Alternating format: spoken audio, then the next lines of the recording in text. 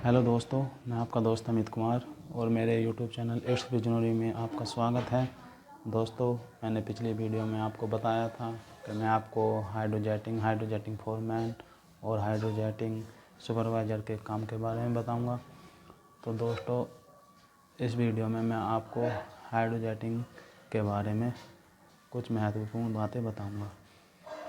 तो चलिए ज़्यादा देरी ना करते हुए वीडियो को शुरू करते हैं।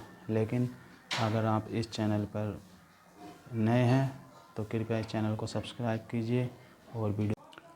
हाइड्रोजेटिंग इस प्रक्रिया में एक विशेष प्रकार की नली, जिसे हम लांस या ग्रिपिंग होज बोलते हैं, उसमें औसतन 1500 से 30,000 psi तक पानी छोड़ा जाता है, जिससे कि हम एक्सचेंजर में ट्यूबों की सफाई, पाइपों की सफाई और जी कन्फाइंड स्पेस में प्लेटों की सफाई, नट बोल्ट की सफाई की जाती है।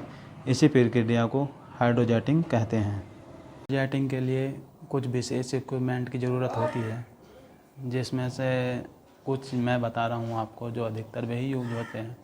जैसे कि एक होता है प्रेशर पंप। तो पंप जो है 10 के, 20 के और 40 के psi के होते हैं। जहाँ जिस हिसाब से वर्क होता है, कचरा ज़्यादा होता है, तो उसी हिसाब से ये पंप शिफ्ट किए जाते हैं। इन पंप से काम लिया जाता है। दूसरा है प्रेशर होज। प्रेशर होज भी ये 3 तरीके की होती हैं, 10 के, 20 के और 40 के। ये भी आवश्यकता अनुसार यूज की जाती है। तीसरा है लांस, जिसको हम ग्रिपिंग होज भी बोलते हैं। ये भी 10 के, 20 के और 40 के psi की होती हैं। इनका भी यूज अपने आवश्यकता अनुसार किया जाता है। और है जी नोजिल।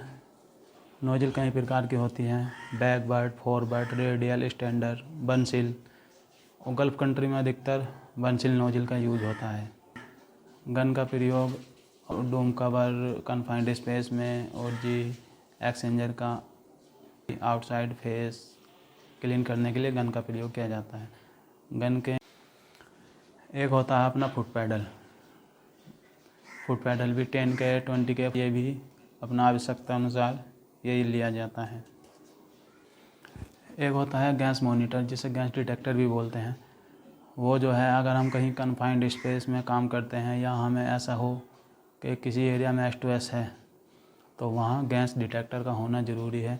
अगर कन्फाइंड स्पेस में जा रहे हैं तो गैस डिटेक्टर होना ज़रूरी है। उससे पहले गैस टेस्ट की जाती है, और अगर उसमें ऑक्सीजन नॉर्मल है और कोई अदर गैस नहीं है तो कन्फाइंड स्पेस के अंदर काम कर सकते हैं।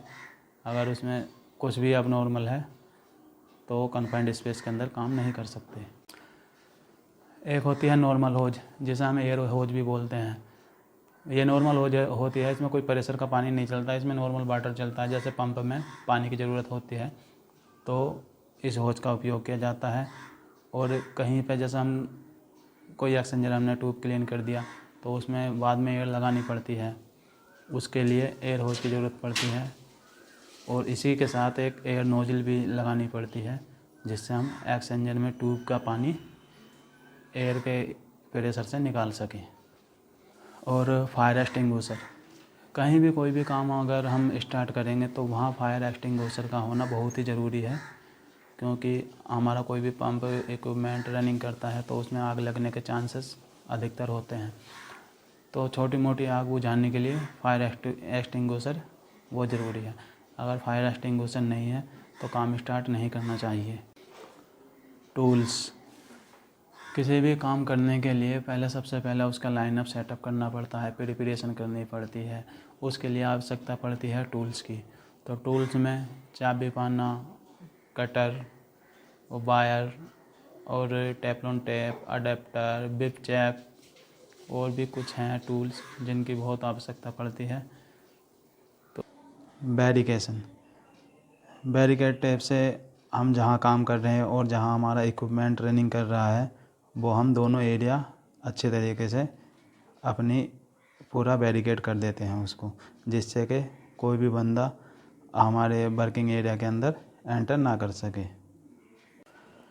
और जी साइन बोर्ड, जो भी वर्क हम कर रहे हैं उस काम का साइन बोर्ड हमारी एरिया में ज़रूर लगा होना चाहिए, जिससे कि आने जाने वालों को लगे कि यहाँ हाइड्रोजेटिंग का काम या कोई और भी दूसरा काम चल रहा है। तो साइन बोर्ड भी बहुत ज़रूरी है। और सबसे ज़रूरी बात, कोई भी काम स्टार्ट करने के लिए सबसे पहले ज़रूरी है वर्क परमिट।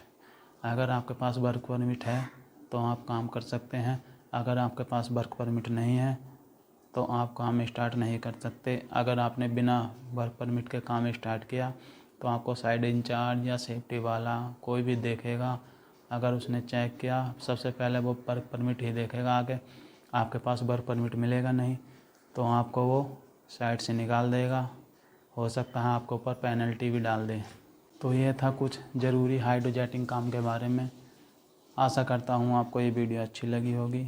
अगर ये वीडियो आपको अच्छी लगी है तो आप इसको लाइक कीजिए, शेयर कीजिए और चैनल को सब्सक्राइब कीजिए।